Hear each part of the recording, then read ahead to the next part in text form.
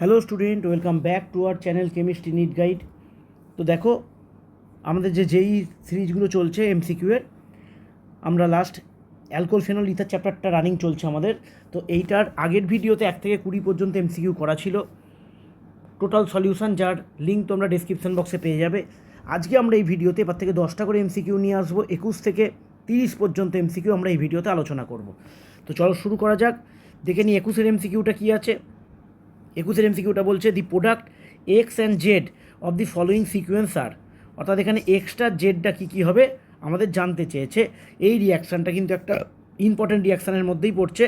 প্রথম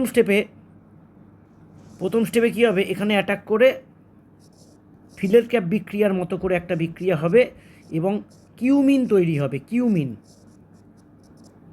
এটার নাম হচ্ছে কিউমিন। এটা আরেকটাও নাম আছে আইসোপ্রোপাইল বেনজিন।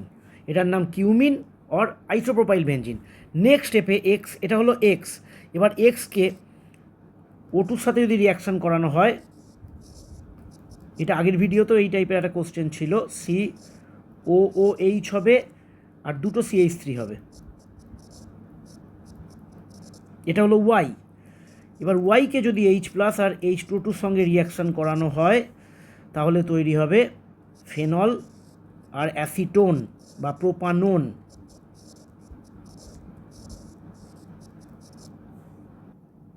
তাহলে দেখো এখানে রাইট অ্যান্সার কী হলো, এটা আইসোপ্রোপাইল বেনজিন আর হচ্ছে অ্যাসিটোন বা প্রোপানোন। তাহলে অপশান এটা আমাদের এখানে রাইট অ্যান্সার। আচ্ছা, তারপরে কোশ্চেন বলছে phenol can be distinguished from ethanol by, মানে ফেনল আর ইথানলের মধ্যে আমরা পার্থক্য করব, ডিস্টিংগুইশ করব কোন রিয়েজেন্টের সাহায্যে।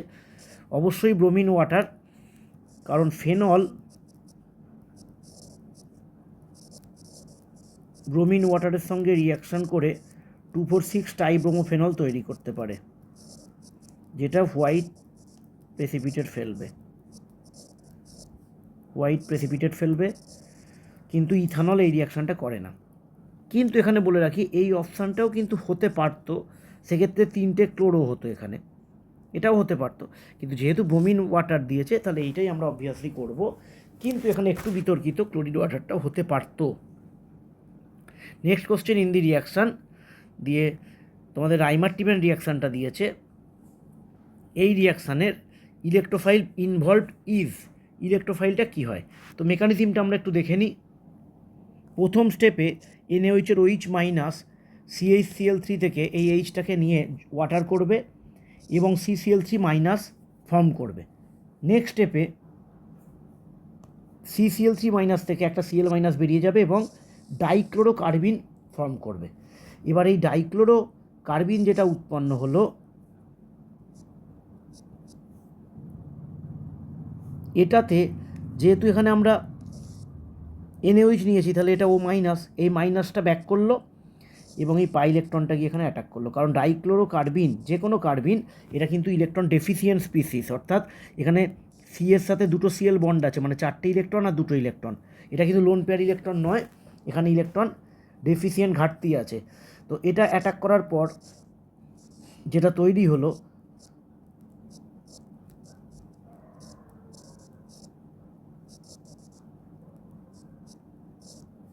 এইটা ফর্ম করলো। এইটা ফর্ম করার পর এখানে একটা মাইনাস, কারণ এখানে কার্বনের 3টে বন্ড হয়ে গেছে। তো নেক্সট স্টেপে এই এইচটা ব্যাক করে H+ হয়ে বেরিয়ে যাবে এবং অ্যারোমেটিসিটিটা রিগেন করার চেষ্টা করবে। এটা O নেগেটিভ হয়ে গেল। আর এইটা নেক্সট স্টেপে CCl2- যেটা ছিল সেটা হয়ে গেল CHCl2। এরপরের স্টেপে যখন আমরা NaOH দেবো, তখন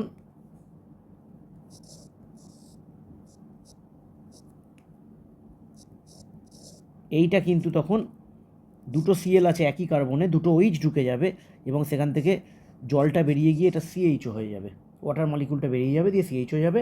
নেক্সট স্টেপে H+ দিলে এটা OH হয়ে যাবে, এটা CHO হয়ে গেল। এখানে যে প্রশ্নটা ইলেকট্রোফাইল ইনভলভ, ইলেকট্রোফাইল, এখানে এইটা হচ্ছে ইলেকট্রোফাইল, এটাতে গিয়ে অ্যাটাক করছে, যেখানে গিয়ে বেনজিনের পাই ইলেকট্রনটা অ্যাটাক করছে সেটা হচ্ছে ইলেকট্রোফাইল। অর্থাৎ এখানে আমাদের যে রাইট অ্যান্সারটা হবে সেটা দেখতে পাচ্ছি অপশান ডিতে রয়েছে ডাইক্লোরোকার্বিন, এটা এখানে ইলেকট্রোফাইল। নেক্সট কোশ্চেন গ্রিগনাট এর একটা question, in the given reaction 2A আছে, MgTHF দিয়েছে, মিথাইল বেনজোয়েট দিয়েছে, H2H+, এই প্রোডাক্টটার ফরমেশান হচ্ছে। তো এখানে প্রথমে MgTHF টেট্রাহাইড্রোফিউরান বা ডাইইথার Mg দিয়েছে, 2 মলিকিউল দিয়েছে। তো এখানে প্রথমেই এটা ব্রোমোবেনজিন হলে দেখো কি হচ্ছে, যদি ব্রোমোবেনজিনে MgTHF বা ডাইইথার দিই আমরা, তাহলে প্রথমেই তৈরি হলো একটা MgBr, গ্রিগনারটা ফরমেশান হলো।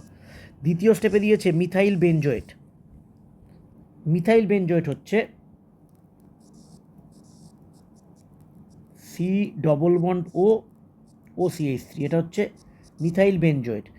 এখানে এই গ্রিগনারের নেগেটিভটা গিয়ে অ্যাটাক করছে C++ওতে, এটা খুলে গেল। খুলে যাওয়ার ফলে কি তৈরি হলো,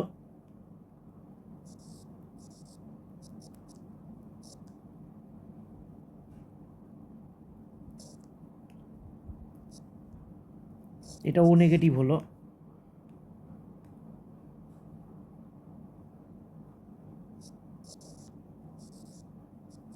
এইটা হলো। পরের স্টেপে এটা OCH3 ছিল, পরের স্টেপে এটা ব্যাক করবে, এটা বেরিয়ে যাবে। তাহলে নেক্সট স্টেপে যেটা তৈরি হলো,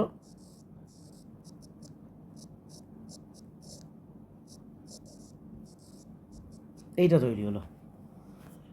তো এরপরের স্টেপে 2 মলিকিউল এমনি দেয়নি, এরপরের স্টেপে আবার MgTHF আছে, আর এটা 2 মলিকিউল ছিল ব্রোমোবেনজিনটা। এরপরের স্টেপে এটা আবার তৈরি হবে, এবং আবার তৈরি হওয়ার পর সেম ঘটনা আবার ঘটবে, এটা MgBr এই নেগেটিভটা আবার গিয়ে অ্যাটাক করবে, দিয়ে আবার খুলে যাবে, দিয়ে এই প্রোডাক্টটা ফরমেশান হবে। তার মানে এখানে যে এটা আছে সেই এটা হচ্ছে আমাদের ব্রোমোবেনজিন, ব্রোমোবেনজিন মানে হচ্ছে অপশান বিটা এখানে রাইট অ্যান্সার, ব্রোমোবেনজিন, অপশান বি ব্রোমোবেনজিন। আচ্ছা, নেক্সট দিয়েছে এটা হচ্ছে 1, এটা হচ্ছে 2, এটা হচ্ছে 3, এটা হচ্ছে 4। তো 4টে কম্পাউন্ড আছে, অর্থোক্লোরোফেনল, আমরা সফট কটাকেই লিখি, অর্থতে ক্লোরোফেনল আছে। আচ্ছা, অর্থোক্রেসল আছে,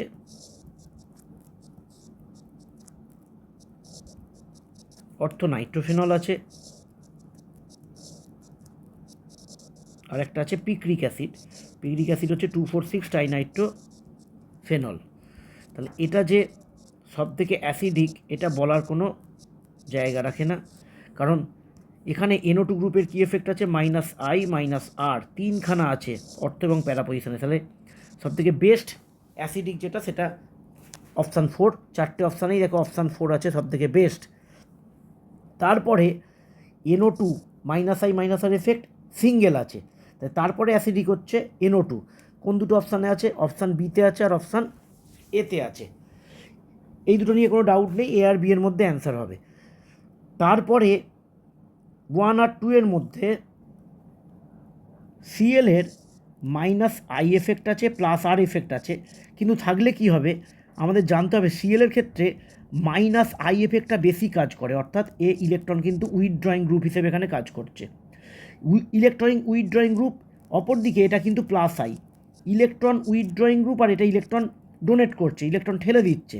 তাহলে ইলেকট্রন উইথড্রয়িং গ্রুপ হওয়ায় এটা কিন্তু বেশি অ্যাসিডিক হবে, অর্থাৎ নেক্সট হবে 1 যেটা রয়েছে সেইটা, অর্থাৎ অপশান বিটা কিন্তু এখানে রাইট অ্যান্সার। এখানে আর ইফেক্ট দিয়ে বিচার করলে কিন্তু উল্টো হয়ে যেত, এখানে অপশান বিটা রাইট অ্যান্সার, 2, তারপর 1, তারপর 3, তারপর 4টা হচ্ছে সবথেকে বেশি অ্যাসিডিক। নেক্সট 26-এর কোশ্চেন বলেছে match the following acid with their pKa values.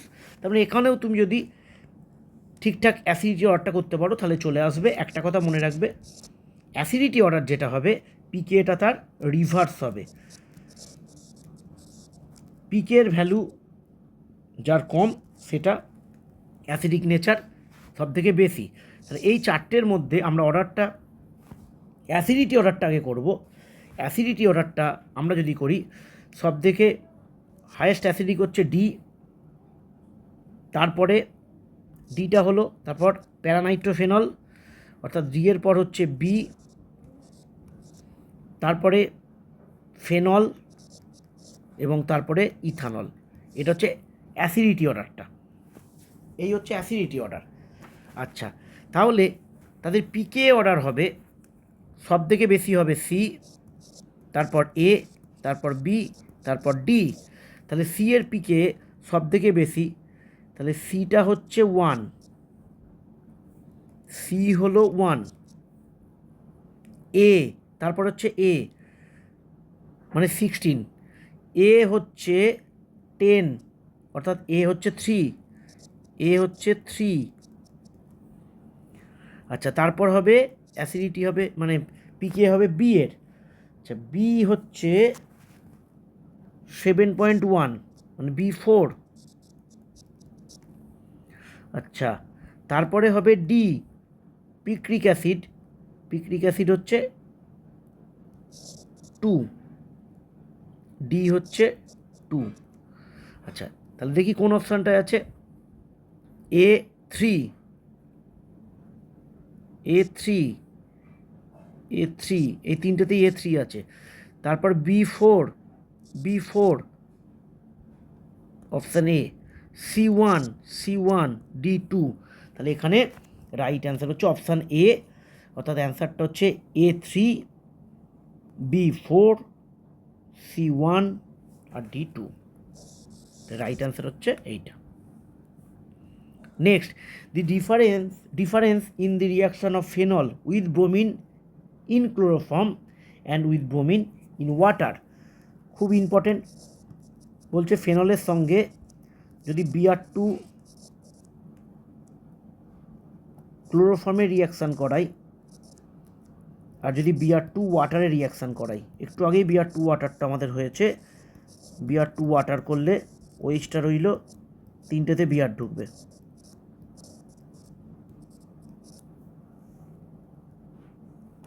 আর এখানে করলে হবে ওইচটা রইল মেজর প্রোডাক্ট, প্যারা পজিশনে বিআর ঢুকবে, এই বেসিক ডিফারেন্স। আচ্ছা, এটা ডিউ টু বলেছে, এটা কেন, এটা হচ্ছে কেন, এটা হয় দেখো সলভেন্টটা পাল্টে গেছে, এটা পুরোপুরি পোলারিটি অফ সলভেন্টের জন্য এটা হবে। অর্থাৎ phenol reacts differently with bromine in chloroform and bromine in water forming different products. The difference in the products obtain due to difference in polarity of solvent. পরিষ্কার দেখতে পাচ্ছি পোলারিটি অফ সলভেন্টের জন্য এটা হচ্ছে। আচ্ছা, 28-এর question, a compound X is acidic and it is soluble in NaOH but insoluble in NaHCO3 solution. Compound A also gives violet color in APCl3. APCl3 তে violet colour দেয় মানেই সেটা ইনল কম্পাউন্ড, ইনল কম্পাউন্ড। আর এখানে enol compound আমরা একটাই দেখতে পাচ্ছি। কি বললাম আবার, ভায়োলেট কালার দিচ্ছে neutral APCl3 solution. Neutral APCl3 সঙ্গে তারাই রিয়াকশান করবে যারা আর কি এটা অল ইন থাকবে, ইনল। এবার এখানে থাকতে পারে, তাহলে এখানে ইনলটা ফেনলটাই রয়েছে একমাত্র। তো ফেনল এখানে দেখা যাচ্ছে যদি NaOH-এর সঙ্গে রিয়াকশান করে তাহলে NaOH-এর সলিউবল বলেছে, এটা ONA হয়। ফেনল কিন্তু সোডিয়াম বাইকার্বনেটের সঙ্গে রিয়াকশান করে না, মানে CO2 ইভলভ করে না, NaHCO3-র সঙ্গে রিয়াকশান করবে না, CO2 ইভলভ করে না, কিন্তু ভায়োলেট কালার APCl3-র সঙ্গে দেয়। তাহলে এখানে অ্যান্সার হচ্ছে ফেনল। নেক্সট রয়েছে একটা অ্যাসিডিটি অর্ডার রয়েছে আমাদের। এখানে দেখো আমরা দেখতে পাচ্ছি অ্যাসিডিটি অর্ডার বলেছে, NO2 প্যারা পজিশানে যখন থাকে তখন -I -R এফেক্টটা খুব ভালো কাজ করে, তাই প্যারানাইট্রোফেনল এই কটার মধ্যে সব থেকে বেশি আম্লিক হবে, অ্যাসিডিক। আচ্ছা, এটারও -I এফেক্ট, এটারও -I এফেক্ট, এর -I -R, কিন্তু এখানে আইটাই কাজ করবে কারণ মেটা পজিশানে আছে, এর -I + R, আর এর হচ্ছে -I + R। এখানে যদিও প্যারা পজিশানে যখন আছে তখন -Iটা কাজ করছে না, +R, অর্থাৎ ইলেকট্রন দিয়ে দিচ্ছে, ইলেকট্রন দিচ্ছে। তাহলে এখানে এর NO2-র ক্ষেত্রেও -Iটা কাজ করছে, কিন্তু যেহেতু মেটা পজিশান। OCH3-র ক্ষেত্রেও কিন্তু +R কাজ করছে না, -I কাজ করছে, কিন্তু NO2 গ্রুপের -I এফেক্টটা ওসিসির থেকে বেশি, তাই এখানে বেশি ইলেকট্রন উইথড্র হচ্ছে, তাই নেক্সট অ্যাসিডিটি হবে বি, তারপরের অ্যাসিডিটি মাইনাস আই কাজ করছে সি, আর এর তো প্লাস আর কাজ করছে বাজে, অর্থাৎ অপশান এটা এখানে right answer. A greater than B, greater than C, greater than D. Next question রয়েছে decreasing order of dehydration. Dehydration মানে ওয়াটার মলিকুল বেরিয়ে যাবে, রিলিজ করবে, বা জল বেরোবে। তো জলটা যখন বেরোচ্ছে প্রত্যেকটাই কিন্তু OH2 প্লাস হয়ে জলটা বেরোচ্ছে, অর্থাৎ কার্বোক্যাটন ফর্মেশন হবে। তো এইটার ক্ষেত্রে সবথেকে ভালো ডিহাইড্রেশন হবে, কারণ এখানে যদি ওয়াটার মলিকুলটা বেরিয়ে যায় তাহলে কিন্তু এখানে একটা অ্যারোমেটিক কম্পাউন্ড আসছে, অ্যারোমেটিক কম্পাউন্ড আসছে, তাই এখানে ডিহাইড্রেশনটা সবথেকে রেডিলি হবে। তো বি এখানে সবথেকে ফার্স্ট হবে, অর্থাৎ অপশান ডি বা অপশান সি এর মধ্যে একটা অ্যান্সার হবে। আচ্ছা, নেক্সট যদি আমরা দেখি এটা থেকে যে কার্বোক্যাটায়নটা পাবো আমরা এখানে, এটা পাবো, আর ডি থেকে যে কার্বোক্যাটায়নটা আমরা পাবো এটা পাবো। তাহলে আমরা পরিষ্কার দেখতে পাচ্ছি এই কার্বোক্যাটায়নটা অ্যালাইল কার্বোক্যাটায়ন, রেজোনেন্স হচ্ছে, এবং এখানে যদি ডিহাইড্রেশন হয় তাহলে এখান থেকে এইচটা বেরোবে, তার ফলে এখানে একটা আসবে, ঠিক আছে। তো যাই হোক, এর কার্বোক্যাটায়নটা মোর স্টেবল কার্বোক্যাটায়ন, ডি এর যে কার্বোক্যাটায়নটা আছে সেটা মোর স্টেবল কার্বোক্যাটায়ন। দেখতেই পাচ্ছ কার্বোক্যাটায়নটাতে রেজোনেন্স হচ্ছে, এই কার্বোক্যাটায়নটা এটাও 2 ডিগ্রি, এটাও 2 ডিগ্রি, কিন্তু এটাতে রেজোনেন্স হচ্ছে, কিন্তু এটাতে রেজোনেন্সটা হচ্ছে না, তাই এই কার্বোক্যাটায়নটা বেশি অধিক সুস্থিত, মোর স্টেবল, তাই বি এর পর অপশান ডি যেটা আছে সেটা হবে। তারপরে দেখো যেমন আছে সি, তারপর হচ্ছে এ একবারেই করবে না, তাহলে রাইট অ্যান্সার হচ্ছে অপশান বি, তারপরে অপশান ডি, তারপরে অপশান সি, তারপরে অপশান এ, অর্থাৎ এখানে ডিটা হচ্ছে রাইট অ্যান্সার। এই ছিল আজকের টপ 10 আমাদের এমসিকিউ। নেক্সট ভিডিওতে তোমরা পাবে আবার 31 থেকে 40। আশা করবো এগুলো জেইতে তোমাদের অনেক অনেক উপকারে লাগবে। তো দেখা হচ্ছে নেক্সট ভিডিওতে।